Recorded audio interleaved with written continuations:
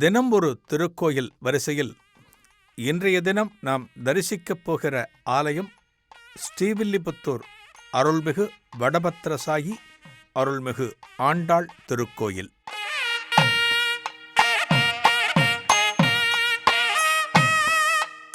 ஸ்ரீவில்லிபுத்தூர் என்று சொன்னாலே இரண்டு விஷயங்கள் நம் நினைவுக்கு வரும். ஒன்று ஆண்டாள், இன்னொன்று பால்கோவா. இரண்டுமே இனிப்பானவைதான்.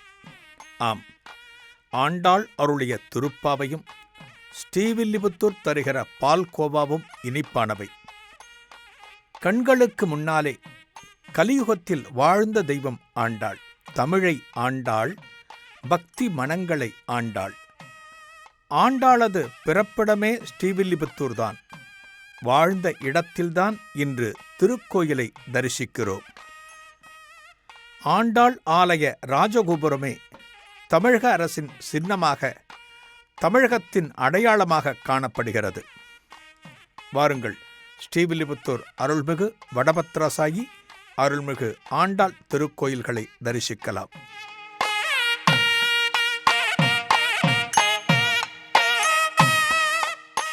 வைணவத்தில் மங்களாசாசனம் பெற்ற 108 திவ்ய தேசங்களுள் இது முக்கியமான திருத்தலம்.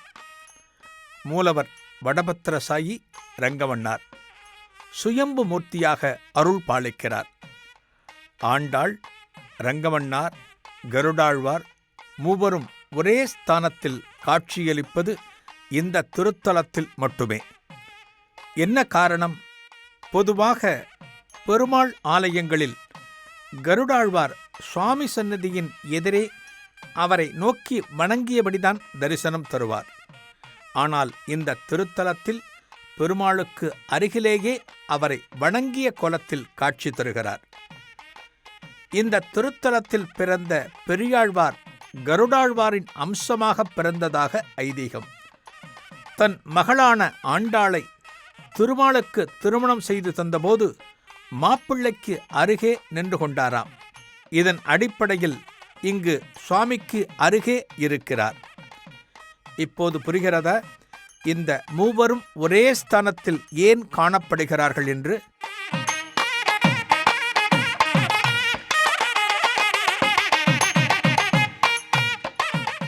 என்ன காரணத்தினால் கருடாழ்வார் இங்கே முக்கியத்துவம் பெறுகிறார்?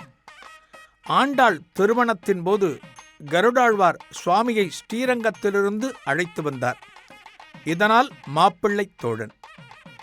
எப்போதும் பெருமாள் மற்றும் தாயாரை வணங்க விருப்பப்பட்டதால் அவர்களுக்கு அருகிலேயே இருந்து மரியாதை செய்யும் விதமாக இப்படி காட்சி தருகிறாராம் கருட பகவான்.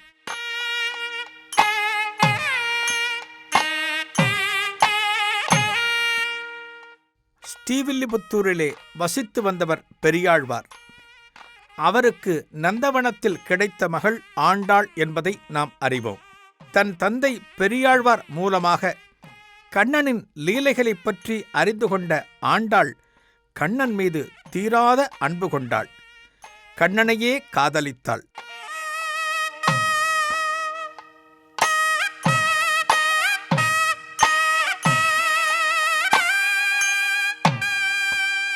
ஸ்ரீவில்லிபுத்தூரை கோகுலமாகவும் தன்னை கோபிகை பெண்ணாகவும் பாவித்து பெருமாளை வேண்டி பாசுரங்கள் பாடினாள்.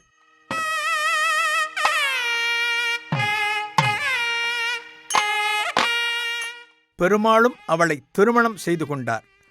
ஆனாலும் ஆண்டாள் விரும்பியது கண்ணனைத்தானே. எனவே மனைவி ஆண்டாளின் விருப்பத்தை நிறைவேற்றுவதற்காக இந்த தலத்தில் பெருமாள் ஆண்டாளுக்கு கிருஷ்ணராக அருள் புரிந்தாராம்.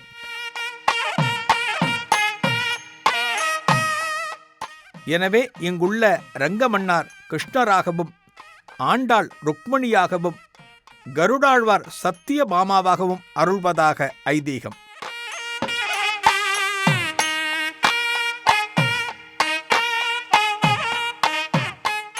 ஆலயத்தின் அருகே இருந்த நந்தவனத்தில் கண்டெடுத்த ஆண்டாளை அன்பும் பாசமும் மிகுதியுற வழங்கி வளர்த்தவர் பெரியாழ்வார். இதனால் ஆண்டாளுக்கு தகப்பனார் முறை பெரியாழ்வார். நந்தவனத்திலே மலர்கின்ற மலர்களை நித்தமும் பறித்து அவற்றை அழகான மாலைகளாக கட்டி பெருமாளுக்குத் தருவது ஆண்டாளின் பணி. இந்த மலர்களை மாலைகளாக்கி பெருமாளுக்கு அணிவிப்பதற்கு முன் தன் கழுத்தில் சூடி அதை அழகு பார்ப்பாளாம் ஆண்டாள். அதன் பிறகே இந்த மாலைகள் அனைத்தும் பெருமாள் சந்நிதிக்குப் போய்ச் சேரும். இது ஆண்டாளையும் பெருமாளையும் தவிர எவருக்கும் தெரியாது. ஒரு நாள் அப்படிப்பட்ட மாலைகளை ஆண்டாளிடம் இருந்து பெற்ற பெரியாழ்வார் பெருமாளுக்கு அணிவிக்கச் செல்கிறார். அப்படி அணிவிக்கச் செல்லும்போது ஒரு நீளமான முடி தென்பட அந்த மாலைகளை தவிர்க்க எண்ணுகிறார். அன்றைய தினம் ஆண்டாள் சூடிய மாலையை தவிர்த்து பெரியாழ்வார் வேறு மாலையை பெருமாளுக்கு அணிவிக்கிறார். ஆனால் அந்த மாலையை பெருமாள் ஏற்றுக்கொள்ளவில்லை. ஆண்டாள் சூடி அணிந்த மாலைகளை எனக்கு அணிவிக்க வேண்டும் என்று பெரியாழ்வாருக்கு தெரிவிக்கிறார். அப்போதுதான் இந்த மாலைகளின் இரகசியம் பெரியாழ்வாருக்கு தெரிகிறது. பெருமாள் அணியும் மாலைகள் அனைத்தையும் ஆண்டாள் அணிந்த பிறகே கொடுக்கிறாள் என்பதும் பெரியாழ்வார் அப்போதுதான் உணர்ந்து கொண்டார். ஆண்டாளுக்கு இருக்கிற காதலை புரிந்து கொண்ட பெரியாழ்வார் தன் மகள் ஆண்டாளை பெருமாளுக்கே மணம் முடிக்க விரும்புகிறார். ஆண்டாளும் இதையே எதிர்பார்த்து காத்திருக்கிறார். இறைவனும் ஒரு கட்டத்தில் ஆண்டாளை தாம் நேசிப்பதாகவும் தன்னை திருவரங்கத்திற்கு வந்து சந்திக்கச் சொல்ல கோதையும் பூப்பல்லக்கில் அங்கு சென்று இறைவனோடு ஐக்கியமானாள். ஸ்ரீவில்லிபுத்தூரிலும் கோதையோடு சேர்ந்து எழுந்தருள வேண்டும் என்று பிரார்த்திக்க இறைவனும் ஏற்று இத்தலத்தில் எழுந்தருளியுள்ளார். வைணவர்களின் மிக முக்கியமான தலமாக ஸ்ரீவில்லிபுத்தூர் போற்றப்படுகிறது.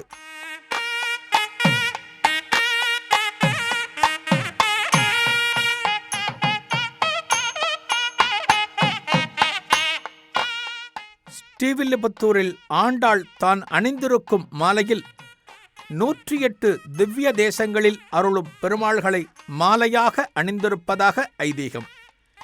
இதனை நினைவுறுத்தும் விதமாக ஆண்டாள் கோவில் கருவறையைச் சுற்றி முதல் பிரகாரச் சுவர்களில் 108 திவ்யதேச பெருமாள்களின் உருவம் ஓவியங்களாக வரையப்பட்டுள்ளது. இதில் திருப்பார்க்கடல், வைகுந்த பெருமாள் உட்பட அனைத்து பெருமாள்களையும் நாம் தரிசிக்கலாம்.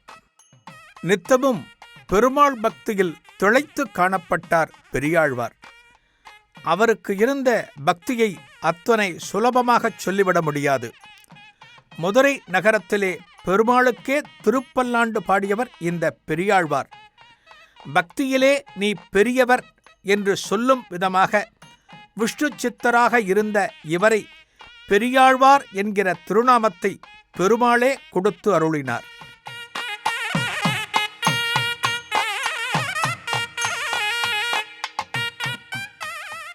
பெரியாழ்வாரின் பக்தியில் பூரித்து திளைத்த லக்ஷ்மி தாயார்தான் இவருக்கு வளர்ப்பு மகளாக ஆண்டாளாக அவதரித்தார்.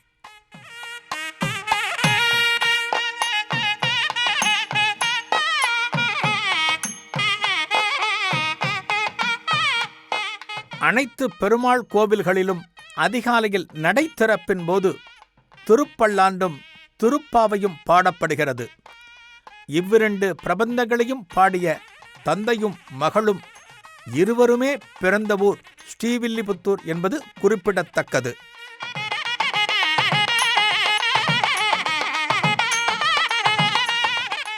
ஸ்ரீரங்கத்தில் அருளும் ரங்கநாதரை மணம் முடித்து கொண்ட ஆண்டாள் அணிந்த மாலைதான் திருப்பதி வெங்கடாஜலபதி, மதுரை கள்ளழகர் சுவாமிக்கும் கொண்டு செல்லப்படுகிறது. இதற்கான காரணம் இதுதான். ஆண்டாள் கண்ணனை கணவனாக அடைய இவ்விரு பெருமாள்களிடம் வேண்டிக் கொண்டாளாம். எனவே அதற்கு நன்றி செய்யும் விதமாக உற்சவர் ஆண்டாள் அணிந்த மாலை சித்ரா பௌர்ணமியின் போது கள்ளழகருக்கும் புரட்டாசி 5ஆம் திருநாளன்று திருப்பதிக்கும் செல்கிறது. அவள் கொடுத்தனுப்பும் மாலையுடன் ஆண்டாள் பட்டுப்புடவை கிளியும் கொண்டு செல்லப்படுகிறது. ஆண்டாள் நலவருடம் ஆடி மாதம் செவ்வாய்க்கிழமை பூர நட்சத்திரத்தன்று மகாலட்சுமியின் அம்சத்துடன் இந்த நந்தவனத்தில் அவதரித்தாள். இவள் பிறந்த ஆடிப்புறத்தன்று தனியே நந்தவனத்திற்கு எழுந்தருள்கிறாள். அப்போது அவள் பாடிய திருப்பாவை, நாச்சியார் திருமொழி போன்ற பாசுரங்கள் பாடப்படுகின்றன.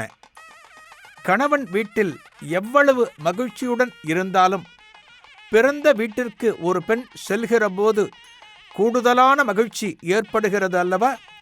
அதைப்போல இந்த நந்தவனத்திற்கு வருகிற ஆண்டாளும் பூரிப்புடன் காணப்படுகிறாளாம். இந்த வேளையில் அவளை தரிசித்தால் தங்களது பிரார்த்தனைகள் நிறைவேறும் என்பதற்காக திரளான பக்தர்கள் கூடுகின்றனர்.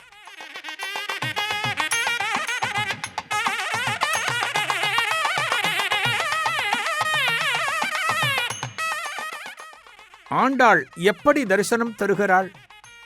இடது கையில் கல்கார புஷ்பம் கிளியும் வலக்கையை தொங்கவிட்டு பூமியை காட்டியபடி காணப்படுகிறாள்.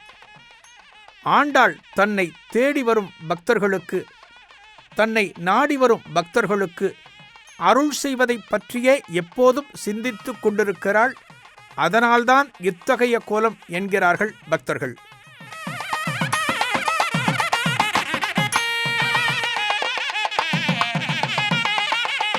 ஆண்டாள் என்று சொன்னாலே இந்த ஸ்ரீவில்லிபுத்தூர் திருத்தலத்தில் ஆண்டாள் பார்த்த முகக்கண்ணாடியும் ஆண்டாள் அருகில் இருக்கிற கிணறும் விசேஷம். அதோடு இன்னொரு முக்கியமானது கிளி. ஆண்டாள் தன் கையில் இந்த கிளியை ஏந்தியிருப்பாள். என்ன காரணத்தினால் ஆண்டாள் திருக்கரத்தில் கிளி காணப்படுகிறது? கிளி சொன்னதை செய்யும். எவற்றை சொல்கிறோமோ அதை எங்கு போய் சொல்லச் சொல்கிறோமோ அதுபோல செய்யும். அதுபோல இந்த கிளியானது கண்ணனை மணக்கத்தான் விரும்பிய தகவலை இந்த கிளியிடம் சொல்லி தூது அனுப்பினாளாம் ஆண்டாள். ஆகவே ஆண்டாள் திருமணத்திற்கு உதவியதற்கு மரியாதை செய்யும் விதமாக கிளியை தன் இடக்கையிலேயே வைத்திருக்கிறாளாம். இந்த கிளி தரிசனம் வெகு சிறப்பு. இன்னொரு விதத்திலும் சொல்வார்கள். வியாசரின் மகனாகிய சுகபிரம்ம ரிஷியே ஆண்டாள் கையில் கிளியாக இருப்பதாகவும் சொல்கிறார்கள். இந்த கிளியை பெறுவதற்கு பக்தர்களிடம் போட்டி காணப்படும். இந்த கிளியானது கிடைத்தால் மிகப்பெரிய அருள் என்று சொல்லப்படும். இந்த தலத்தில் ஆண்டாள் கையில் வைப்பதற்காக தினமும் இலைகளால் கிளி செய்யப்படுகிறது. மாலையில் சாயரட்சை பூஜையின் போது இந்த கிளி ஆண்டாளுக்கு சமர்ப்பிக்கப்படுகிறது. ஆண்டாள் மறுநாள் காலை வரையில் இந்த கிளியை தன் கையில் வைத்திருக்கிறாள். பிறகு இந்த கிளி பக்தர்களுக்கு பிரசாதமாக கொடுக்கப்படுகிறது. அதன் பிறகு அன்றைய தினம் மாலை புது கிளியானது ஆண்டாள் திருக்கரத்தை அலங்காரம் செய்யும்.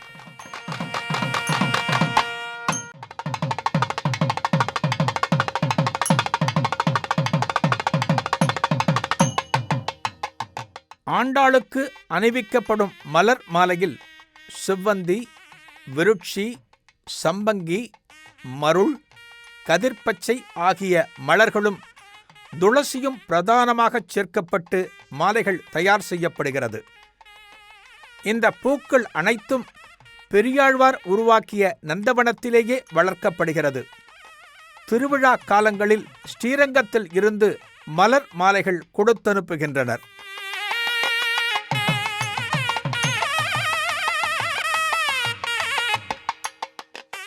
மதுரையிலே சித்ரா பௌர்ணமி திருவிழா வெகு விசேஷம். கள்ளழகர் ஆற்றில் இறங்குவது அப்போதுதான். அந்த வேளையில் ஸ்ரீவில்லிபுத்தூரில் இருந்து ஆண்டாள் கொடுத்தனுப்பும் பட்டுப்புடவையை கள்ளழகர் அணிந்து கொண்டு ஆற்றில் இறங்குகிறார்.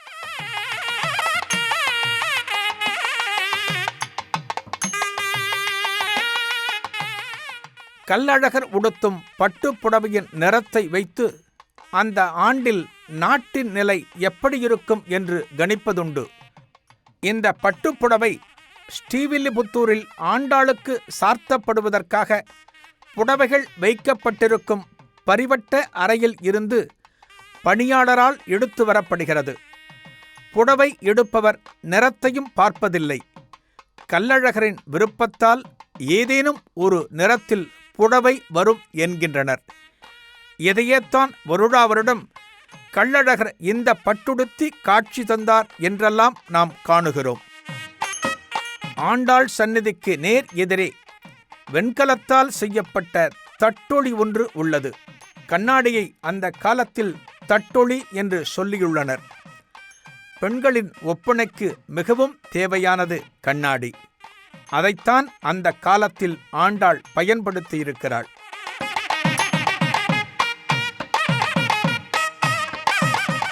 யாரேனும் அலங்கார தோரணையில் வருகிறபோது, என்ன மாப்பிள்ளை போல் வருகிறாயா என்று கேட்போம் அல்லவா? அதுபோல இந்த ஆலயப் பெருமாளும் அலங்காரமாக காணப்படுகிறார். ஆண்டாளின் கரம் பிடித்தவர் அல்லவா? திருமணத்தில் மாப்பிள்ளை அழைப்பின் போது பேண்ட் சட்டை அணிந்து வருவர். இது இன்று நேற்று நடக்கும் வழக்கமல்ல. பெருமாள் ஆண்டாளை திருமணம் செய்தபோதே பேண்ட் சட்டை அணிந்து சென்றார். இதன் அடிப்படையில் இங்குள்ள உற்சவர் பெருமாள் பேண்ட் சட்டை அணிந்தே காட்சி தருகிறார்.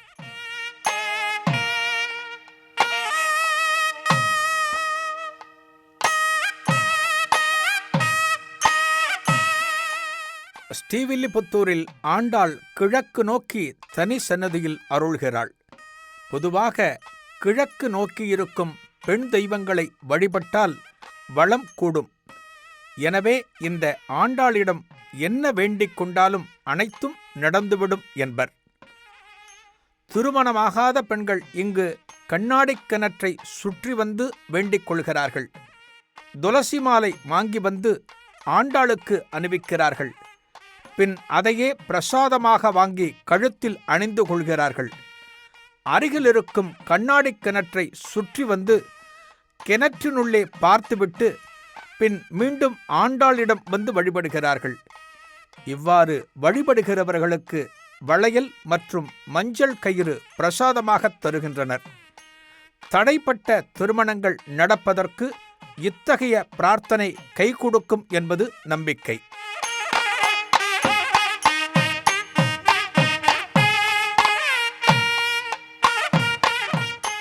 பிரம்மாண்டமான திருக்கோயில், பழமையை பறைசாற்றும் தெய்வத் திருமேனிகள், வண்ண ஓவியங்கள். உண்மையான பக்தி எவர் கொண்டிருந்தாலும் தெய்வத்தை அடைய முடியும் என்பதற்கு ஆண்டாளே நிகழ்கால சாட்சி. ஆனால் பக்தியை விட்டு பகட்டை விரும்புகிறோம், ஆடம்பரத்தை நாடுகிறோம். ஆலயம் செல்வது நம் பகட்டை பறைசாற்ற அல்ல, பகவானின் பாதம் பணிவதற்காக. அடக்கமும் பணிவும்தான் ஆண்டவன் அருகில் நம்மை அழைத்துச் செல்லும். அதைத்தான் அனைவரும் கொள்ள வேண்டும். அகங்காரத்தினால் ஆண்டவனை அடைய முடியாது. அன்பினால் மட்டுமே அது சாத்தியமாகும்.